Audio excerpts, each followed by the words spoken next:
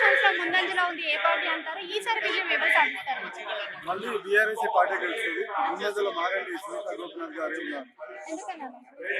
కాంగ్రెస్ అబద్ధాల మీద గద్దెనెక్కి ప్రజలను మోసం చేసి హైదరాబాద్ ప్రజలను నీళ్ళ ముంచి పేద కుటుంబాల రోడ్డు పడేసినందుకు మళ్ళీ బీఆర్ఎస్ పార్టీ గెలుస్తుంది. అంటే బీఆర్ఎస్ పార్టీ ఉన్నప్పుడు డబుల్ బెడ్రూమ్లు అన్నారు కానీ అవి ఎక్కడికి పాయి అని చెప్పేసి చాలా మంది ఇచ్చారండి, అక్కడక్కడ ఇచ్చారు. ఇంకా జూబ్లీ కాంగ్రెస్ కూడా ఇచ్చామండి. గోపినాథ్ గారు చాలా వర్క్ చేశారు. ఇప్పుడైతే కాంగ్రెస్ గద్దెనెక్కి అభివృద్ధి అనేది శూన్యమైంది. అంటే ఇప్పుడు అపోజిషన్ కూడా చాలా స్ట్రాంగ్ గా కనిపిస్తుంది కదా. యువత అంటేనే నవీన్ యాదవ్ అనే ఒక మార్క్ నడుస్తుంది కదా, మరి ఆ మార్క్ ఎంతవరకు నిజమైతే ఎంతవరకు సాధ్యమవుతుంది? తప్పండి, అది యువత మొత్తం బీఆర్ఎస్ పార్టీ వైపు ఉన్నదా. గతంలో జనరల్ ఎలక్షన్ లో కూడా హైదరాబాద్ మొత్తం బీఆర్ఎస్ పార్టీ పైన ఉంది. నవీన్ యాదవ్ అంటే యువత అంటే నవీన్ యాదవ్ కాదు, నవీన్ యాదవ్ అంటే రౌడీ షీటర్ అని చెప్తుంది యువత.